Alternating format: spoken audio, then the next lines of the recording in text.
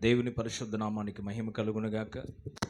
సర్వోన్నతుడును సర్వశక్తిమంతుడైన యేసుక్రీస్తు ప్రభు వారి యొక్క శ్రేష్టమైన నామములో మరి కూడి చేరివచ్చిన దేవుని పిల్లని మీ అందరికీ హృదయపూర్వక వందనాలు తెలియపరుస్తున్నాను. ఈ శుభ శుక్రవారం దినాన మరి యేసుక్రీస్తు ప్రభు వారి సిలువలో పలికిన మరి చివరి మాట, శ్రేష్టమైనటువంటి మాట, లూకాసు సువార్త 23వ అధ్యాయము 46వ వాక్యం. లూకాసు సువార్త 23వ అధ్యాయం 46వ వచనం. అప్పుడు యేసు గొప్ప శబ్దముతో కేక వేసి, తండ్రి, నీ చేతికి నా ఆత్మను అప్పగించుకొనుచున్నానెను. దేవునికి మహిమ కలుగునుగాక.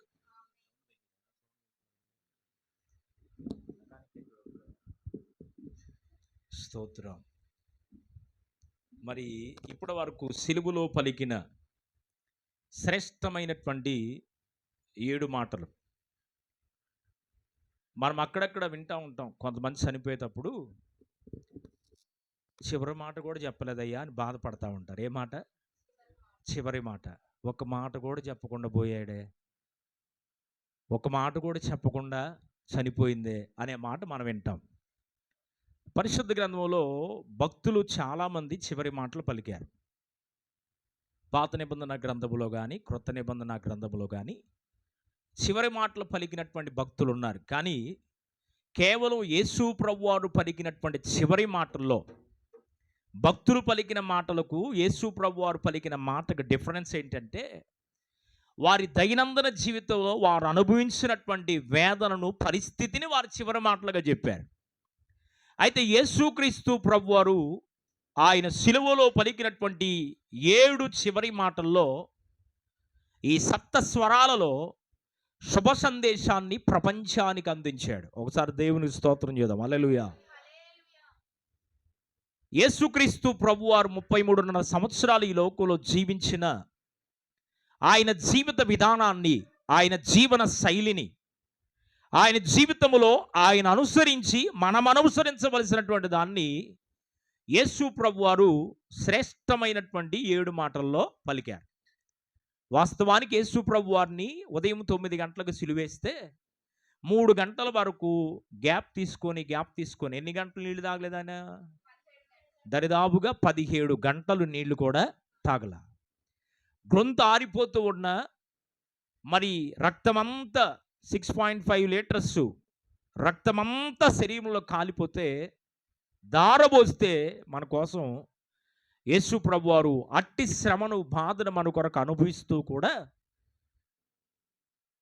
శ్రేష్టమైనటువంటి మన జీవితాల మేలుకొల్పే, ఉజ్జీవింపజేసే, తండ్రితో మనల్ని సమానులుగా చేయడానికి, ఆయన దగ్గరకు మన సమీపస్తులుగా చేయడానికి ఈ శ్రేష్టమైనటువంటి శుభ సందేశంతో కూడిన మాటలు యేసు ప్రభువారు పలికారు.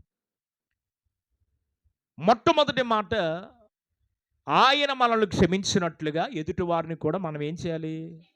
క్షమాపణ గుణాన్ని కలిగి ఉండండి అని నేర్పించాడు.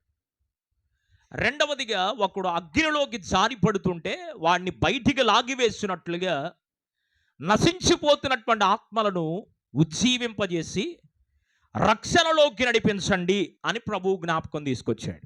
అంటే నశించిపోతున్న వారిని మీరేం చేయాలి? రక్షించాలి అని చెప్పాడు. మూడవదిగా, మరణములో సైతం, ఎక్కడ మరణమైపోతున్నాడు కానీ తన తల్లిని గూర్చినటువంటి బాధ్యత, దేవుని పనిని గూర్చినటువంటి బాధ్యత, ప్రేమానురాగాలను యేసు ప్రభువారు ఎలాగైతే చూయించాడో, నాకెప్పుడు ఈ మాట జ్ఞాపకం వస్తుంది. కుటుంబమును ఏలనేని వాడు సేవకు పనికిరాడని. తెలిసిందా? ఏం ఏలాలి? ఫస్ట్ మా కుటుంబాలు బాగుంటే మీ కుటుంబాలు కూడా బాగుంటాయి. మా కుటుంబాలని మేము ఏలలేకపోతే సంఘాన్ని కూడా ఏలలేం అంటాడు పౌలు గారు. కనుక కుటుంబములో ప్రేమానురాగాలు పంచాలి, బాధ్యతను నిర్వర్తించాలి. అలాగే సంఘములో దేవుని పనిలో కూడా మన బాధ్యతను, మన పరిస్థితిని మనం నెరవేర్చాలి. ప్రేమను, ఆప్యాయతను, అనురాగాన్ని కలిగి మనకు అప్పగించబడినటువంటి విధులను, ధర్మాల్ని పాటించాలి అని ప్రభు 3వ మాటలు పలికాడు. 4వ మాట, విడనాడుట, ఏలి ఏలి లామా సబక్తాని, అంటే నా దేవా నా దేవా నన్నెందుకు చేయి విడిచిపెట్టావు. ఆయన చేయి విడిచిపెట్టిన కారణం ఏంటంటే, నీ చెయ్యి నా చెయ్యి పట్టుకోవడానికి తండ్రి చేతిని విడిచిపెట్టాడు. ఓ ప్రాముఖ్యమైనటువంటి రీజన్ ఏంటి అంటే, ఆయన పరిశుద్ధుడైన వాడు గనుక మన కొరకే పాపిగా ఎన్నిక చేయబడ్డాడు. ఇప్పుడు పాపులతో ఎన్నిక చేయబడ్డాడు గనుక పవిత్రుడైన పరిశుద్ధుడైన దేవుణ్ణి అందుకోవడానికి అవకాశం లేదు గనుక తండ్రి చేయి విడిచిపెట్టకపోతే మనకేమి లేదంటే పరిశుద్ధమైన జీవితం లేదు, రక్షణ లేదు, ఆయన మనతో ఉండే భాగ్యం కూడా లేదు. అందుకని ఫిలిప్పీ పత్రిక రాస్తుంటాడు, తండ్రితో కూడా విడిచిపెట్టకూడని భాగ్యమని ఎంచుకొనక తన్ను తాను రిక్తునుగా చేసుకొని మన కొరకు రిక్తునుగా చేసుకుని ఈ లోకానికి దిగొచ్చాడు. ప్రైజ్ ది లార్డ్, హల్లెలూయా.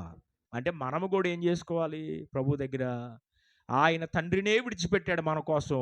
మనం ప్రభు కోసం విడనాడవలసినటువంటి వాటన్నిటిని విడిచి ప్రభువుతో ఆంతరంగిక సహవాసాన్ని కలిగిన వారమై ప్రభువు పనిని విడిచిపెట్టగా ముందుకు సాగాలి అని దాని ఉద్దేశం.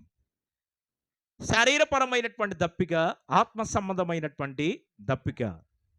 నేను పంపిన వారి చిత్తమును నెరవేర్చుడే నాకు ఆహారమును దప్పికై ఉన్నది అన్నాడు యోహాను సువార్తలో. అంటే దేవుని చిత్తాన్ని చేయడానికి యేసు ప్రభువారు ఎలాగైతే తల ఉంచి ఆశ కలిగి దప్పిక కలిగి ఉన్నాడో మనం కూడా అదే ఆశ దప్పికను మనం కలిగి ఉండాలి.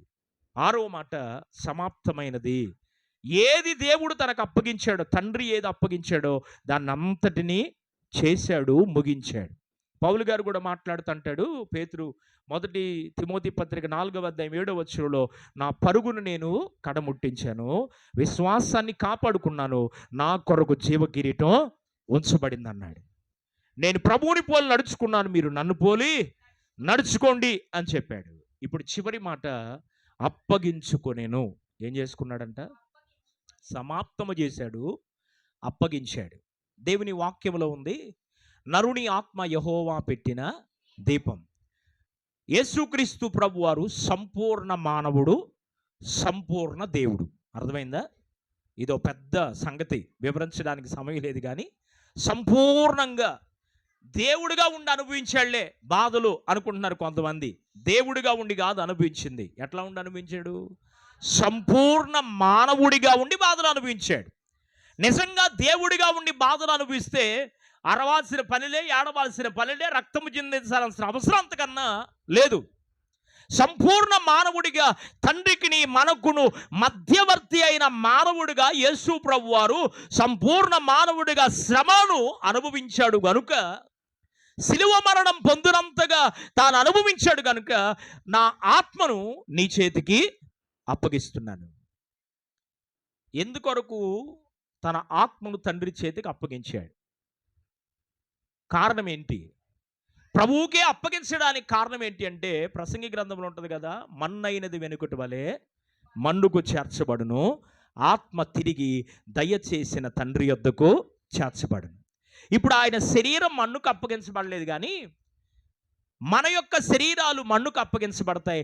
మన ఆత్మ ఎక్కడికి వెళ్తుంది? జీవము కలిగిన దేవుని దగ్గరికి వెళ్తుంది. యేసుకేలు గ్రంథములు అంటాడు, జీవమా నరకమా నువ్వే కోరుకోమన్నాడు. నరకములోనికి వెళ్తావా, పరలోకములోనికి వెళ్తావా, నువ్వే కోరుకో. శాపము కావాలా, ఆశీర్వాదం కావాలా, నువ్వే కోరుకో.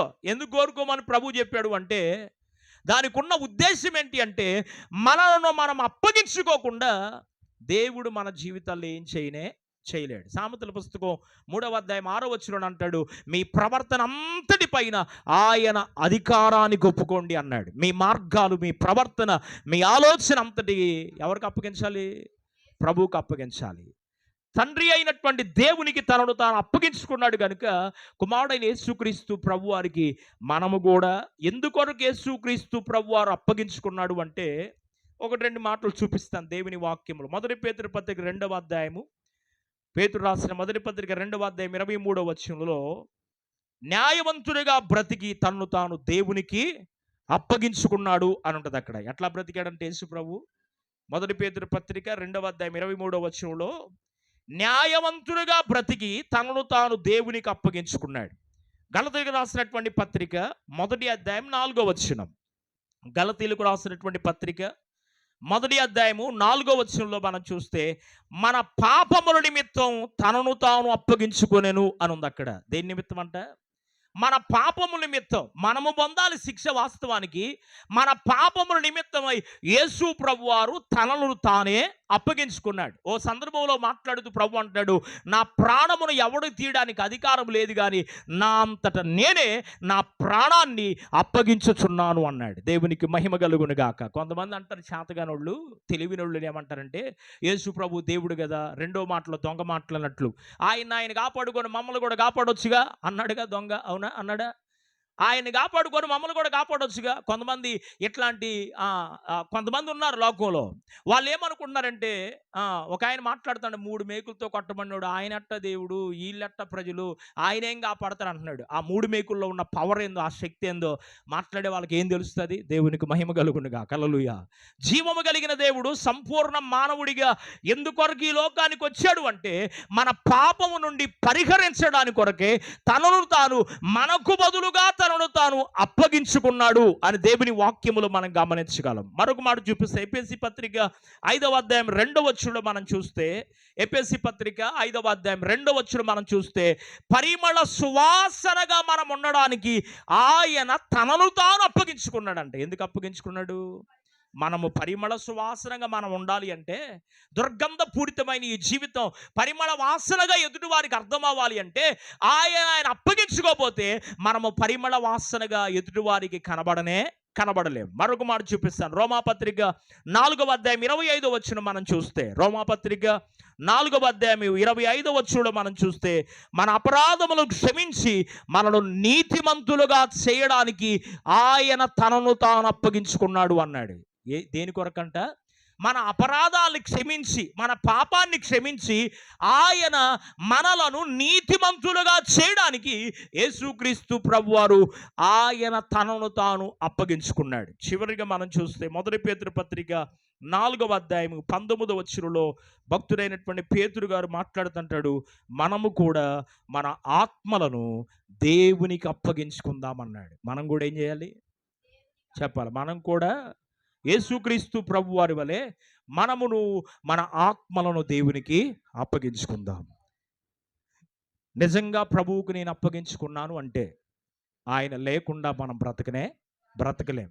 ఇంకా ఒకవేళ ప్రభువుని అంగీకరించకుండా ఉంటే ప్రభువుని అంగీకరిస్తాం. మరి శుభ శుక్రవారం దినాన ప్రభు పాసన్నిధిలో మళ్ళీ మనం అప్పగించుకుందాం. మోకరించండి, అందరూ మోకరించడానికి అవకాశం ఉన్న వాళ్ళు అందరూ మోకరించండి. అందరూ మోకరిద్దాం. ప్రభు పాసన్నిధిలో ప్రార్థన చేసుకుందాం. పరిశుద్ధుడైన తండ్రి, ఆశ్చర్యకరుడా నీకు వందనాలు. ఈ మంచి శుక్రవార ఆరాధనలో ప్రారంభ ప్రార్థనలో మీరు ఉన్నారు. పాటల ద్వారా నీ నామానికి మహిమ తెచ్చుకోవడానికి కృప చూపించావు. వర్తమానం ద్వారా 7 మాటలు మాట్లాడిన సహోదర సహోదరులు నీ సేవకుల ద్వారా 7 మాటల ధ్యానాన్ని గురించి మేము ధ్యానం చేయడానికి మీరు ఇచ్చిన కృపను బట్టి మీకు స్తోత్రాలు. విత్తబడినటువంటి ఈ మాటలు మా వ్యక్తిగత దైనందిన జీవితాల్లో నీకు మాదిరికరమైనటువంటి జీవితాన్ని కలిగి ఉండడానికి సహాయం చేయండి, కృప చూపించండి. ప్రత్యేకమైన మీ సన్నిధి మాకు తోడయించి నడిపించమని ప్రార్థన చేస్తున్నాం. ఇంకా జ్ఞానము చేత నింపండి. ఊరికే మాటలు ధ్యానం చేసి వెళ్ళిపోవడం కాదు, కానీ విన్నటువంటి మేము మా వ్యక్తిగత దైనందిన జీవితాల్లో ఆ మాటలు అనుసరించి నడవడానికి సహాయం దయచేయండి. ఎందుకొరకు సర్వమానవాళి కొరకై నీవు ప్రాణాన్ని అప్పగించుకున్నావో, అర్పించావో ఆ సత్యమును గుర్తెరిగి నీ ప్రజలు ప్రవర్తించడానికి సహాయం దయచేయండి. ప్రపంచ దేశాల్లో నాయన అనేక సంఘాల్లో ఈ దినము జరుగుతున్న ఈ గుడ్ ఫ్రైడే ఆరాధనను దీవెనకరంగా జరిగించావు. అందును బట్టి మీకు స్తోత్రాలు. కల్వరి సియోను మినిస్ట్రీస్ ద్వారా జరుగుతున్న పరిచర్యను మీరు దీవించండి. అలాగే కల్వరి సియోను ప్రార్థన మందిరం ఐటే కాలనీ బ్రాంచి సంఘంలో జరిగిన ఈ శుభ శుక్రవార ఆరాధన కార్యక్రమాన్ని ప్రారంభ ప్రార్థన నుండి చివరి ప్రార్థన వరకు దీవెనకరంగా జరిగించారు. అందును బట్టి మీకు స్తోత్రాలు. ఈ దినము నాయన నీ పాదసన్నిధిలోకి వస్తూ నీ బిడ్డలు ప్రభువా వారి యొక్క కష్టార్జితములో నుండి నీ బిడ్డలు తీసుకొచ్చినటువంటి సమస్తాన్ని బట్టి మిమ్మల్ని స్తుతిస్తున్నాం నాయన.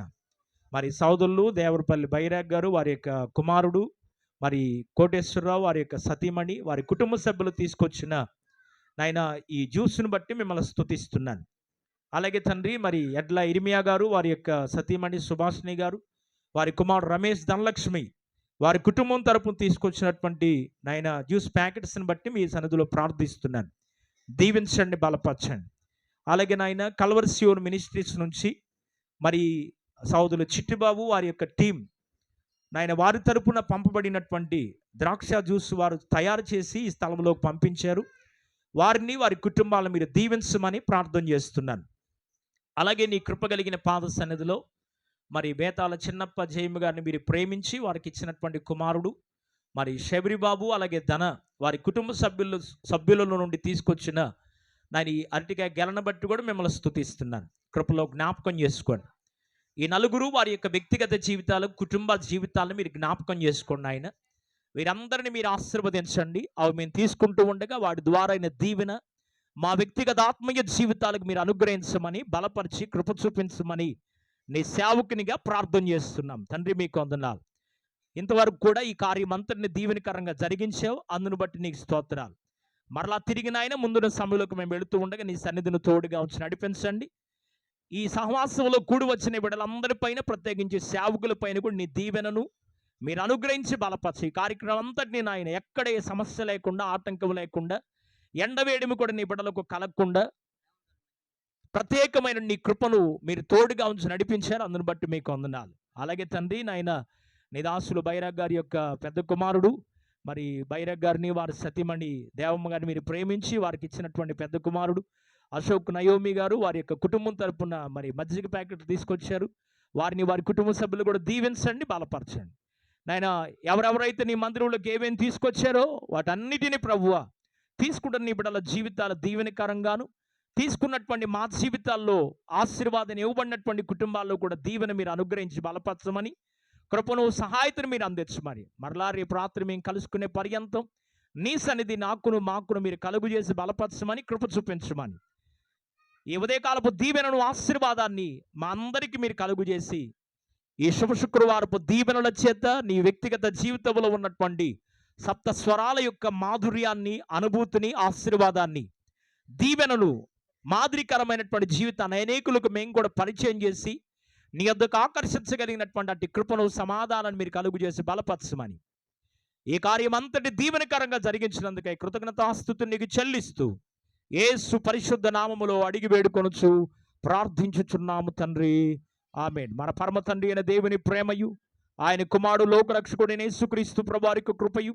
పరిశుద్ధాత్మ దేవుని అన్నున సహవాసం సమాధానం సకల లోక పరిశుద్ధులకును కూడి చేరి వచ్చిన మనందరికీ నిత్యమైన దేవుని సన్నిధి కాపుదల తోడయుండి ఆశీర్వదించి శుభ శుక్రవారములో 7 మాటలు ఉన్నటువంటి సారాంశాన్ని మాదిరికరమైనటువంటి జీవితాన్ని ప్రభువు మనకు అనుగ్రహించునుగాక. ఆమేన్. యేసు రక్తమే జయం, శిలువ రక్తమే జయం, యేసు నామ సంపూర్ణ విజయం, అపాది క్రియలకు అనంత నాశనం కలుగునుగాక. ఆమేన్. మీ అందరికీ నా హృదయపూర్వక వందనాలు.